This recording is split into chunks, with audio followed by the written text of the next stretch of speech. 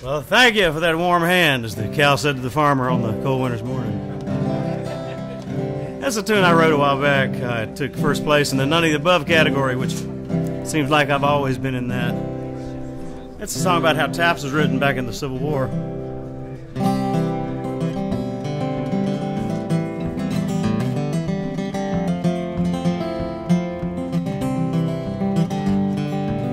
was in the town of Reedsville when I was just a kid. My grandpa would come to pick me up, we always did. Every Wednesday morning, come rain, come shine, spend some time with his little man. Daddy wore his 5 and dime. Yeah, but on this Wednesday morning, we didn't go to town. He took me to a graveyard where there were people gathered round. A flag draped box beneath a tent with old men in funny hats. And they stood and saluted when Papa played cornet. And after it was over, I said, did you know that man? Did they really bury him way down in the ground? And I saw a tear in your eyes you softly paid. So please, sir, tell me, Papa, what made you cry today?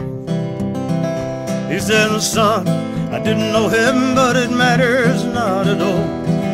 Like him, I serve my country, and we gather when we're called. And that won't no cornet boy, but a bugle that I played. Now I'll tell you about that special song, son, that you first heard today. He said it was back in 1862, in the war between the states. It was up in Virginia, on a battle that took place. It was Harrison's Landing, where the ground was turned to red with the blood of the young soldiers who fought where they were led. And that night after the battle, Robert Ellicombe, the captain of the Union boys, he was dreaming about his home. And there he heard a moaning sound somewhere in the night, and he struck out for a wounded soul with hopes to save his life. But in the darkness, Robert couldn't tell if that young man was friend or foe. So he gently carried him back to camp that night, and by the fire glow, the young man breathed his last breath. Another rebel soul had died, and then numbness hit poor Robert. He was in the firelight.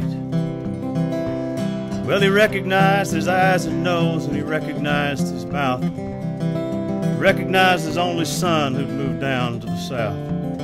To study music was his boy's only dream before that damn war broke out.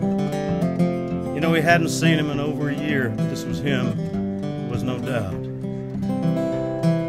So Robert asked to bury his son and have the band to play a funeral dirge for his dear boy that he just lost today. And the commander said the enemy, oh, hell, ain't gonna get no band. But since it was his only son, he'd grant him just one man. Robert chose a bugle for his son's final sound, and asked the bugler please to play the music notes he'd found. Scribbled in the dying hand he knew it was his son's own. And there that day was the first time the taps was ever blown. We've long since lost my grandpa to my dying day. I won't forget that frosty morn when Papa passed away.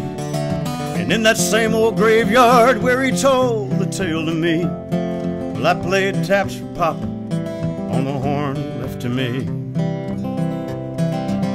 Now you've heard the story, how this came to be. These haunting, simple bugle notes could mean so much to me. Another fallen soldier laid down in his grave, in the land he fought and died for, while taps gently play.